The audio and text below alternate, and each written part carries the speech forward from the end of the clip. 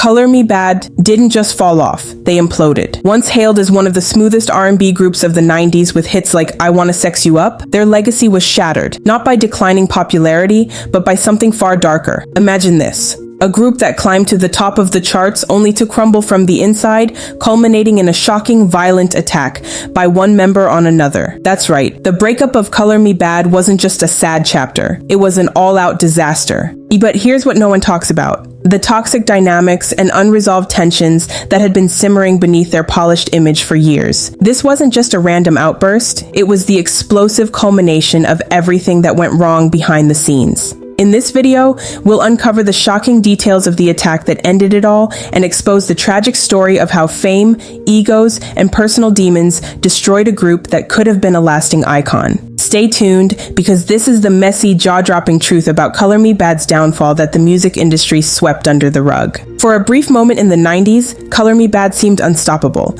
With chart-topping hits like I Wanna Sex You Up, All For Love, and I Adore Me Amor, they captured the hearts of fans worldwide. Their mix of smooth R&B vocals and pop appeal made them one of the most successful groups of the decade.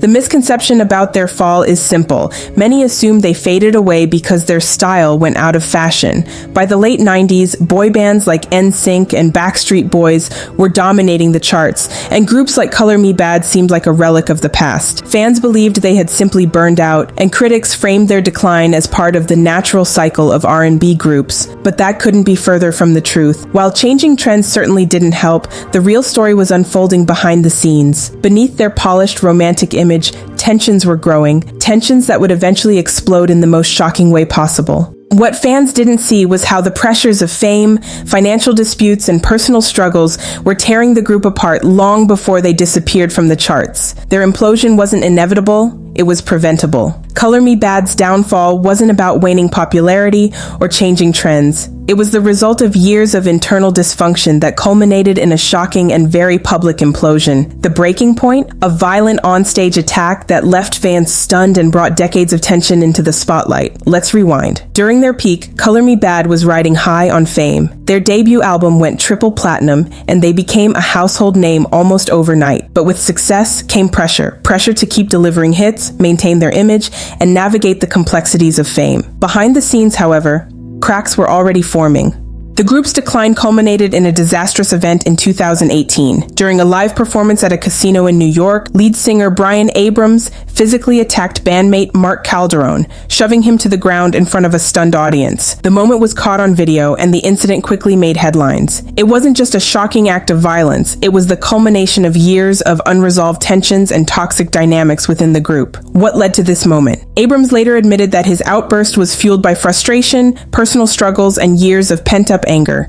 His battle with alcoholism had strained his relationships with the group, and unresolved financial disputes had driven a wedge between the members. The attack wasn't just a random outburst. It was the result of a toxic environment that had been brewing for decades. But here's the thing, the seeds of their downfall were planted long before this attack. As their fame declined in the late 90s, the group faced increasing pressure to stay relevant. Their once unified front began to fracture as creative disagreements, personal struggles, and industry pressures mounted. By the time they attempted comebacks in the 2000s, the damage to their relationships was already irreparable. The 2018 attack was the breaking point, but it was also symbolic of everything that had gone wrong. It wasn't just a shocking headline, it was the final act in a tragic story of how fame, egos, and unresolved conflicts destroyed what could have been a lasting legacy. The violent attack in 2018 was a dramatic ending, but it wasn't an isolated incident. It was the result of years of unchecked issues that the music industry failed to address. The truth is, Color Me Bad's implosion is a textbook example of how fame and internal conflict can destroy even the most successful groups. Let's take a step back. When Color Me Bad burst onto the scene in the early 90s,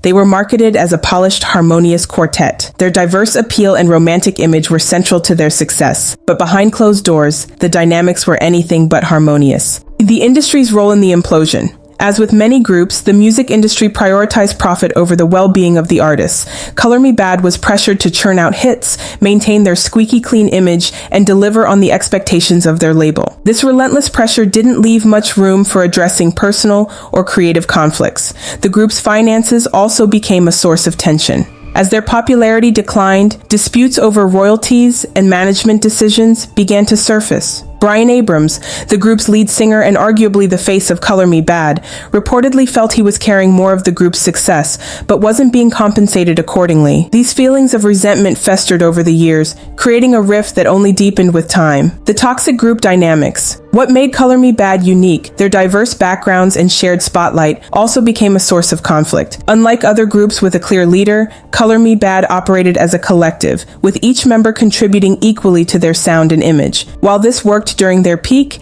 it became a point of contention as their success waned. Bryan Abrams' personal struggles added another layer of complexity. His battle with alcoholism, weight gain, and declining health became public knowledge, further straining his relationships with the group. Instead of addressing these issues head-on, they were left to simmer, leading to a toxic environment where tensions could only escalate. Why the industry turned a blind eye? The industry often ignores the personal struggles of artists until it's too late. For Color Me Bad, their polished image made it easy to overlook the warning signs. As long as they were producing hits, the industry had little incentive to step in. And when their commercial success began to wane, they were left to navigate their issues on their own, a recipe for disaster. The 2018 attack wasn't just a random outburst. It was the culmination of unresolved conflicts, industry neglect, and personal struggles that had been building for decades. And it's a stark reminder of how the music industry often values profit over the well-being of the artists who create the music. The implosion of Color Me Bad wasn't a sudden collapse. It was a slow unraveling fueled by the pressures of label politics, financial disputes, and personal struggles that went unresolved for years. To fully understand what happened, we need to dive into the behind-the-scenes factors that pushed the group to their breaking point. Label politics and creative control. At their peak, Color Me Bad was one of the most marketable groups in R&B. Their label, Giant Records, capitalized on their success,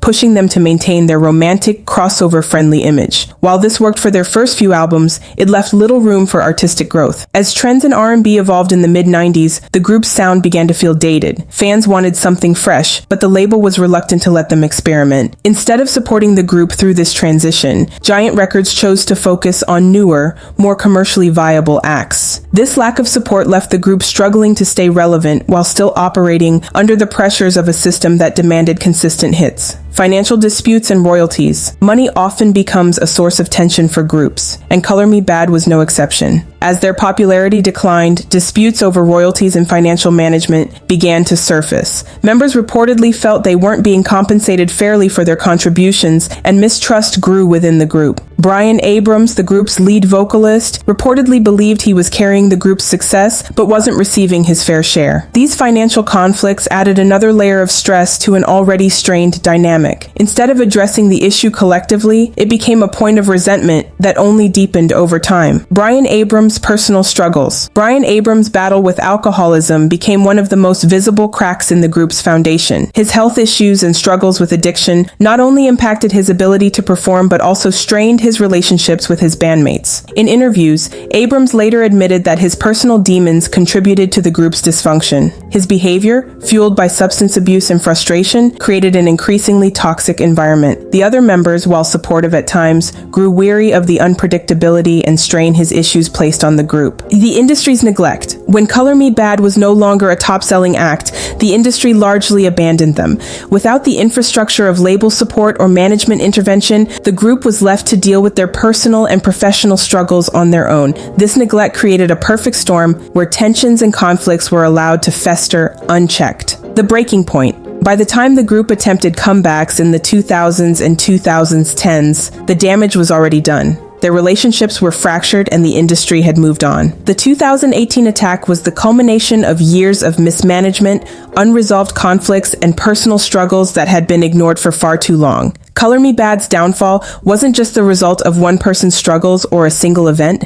It was the product of a system that prioritized profit over the well-being of its artists and left them to implode when they were no longer seen as profitable. The breaking point for Color Me Bad came in 2018, during what should have been a nostalgic moment for their fans. Instead, it became the final shocking chapter in their story, a public display of the dysfunction that had been simmering for decades. The incident. In July 2018, Color Me Bad was performing at a casino in New York. It was meant to be a celebration of their legacy, a chance to relive the hits that made them famous. But during the performance, Bryan Abrams, visibly unsteady, walked on stage and shoved his bandmate Mark Calderon to the ground mid-show. Calderon hit a monitor as he fell, leaving the audience stunned and the group's reputation irreparably damaged. The incident wasn't just shocking because of its violence, it symbolized the collapse of a group that had once been seen as harmonious and polished. Fans were left questioning how things could have gone so wrong, while media outlets quickly picked up the story,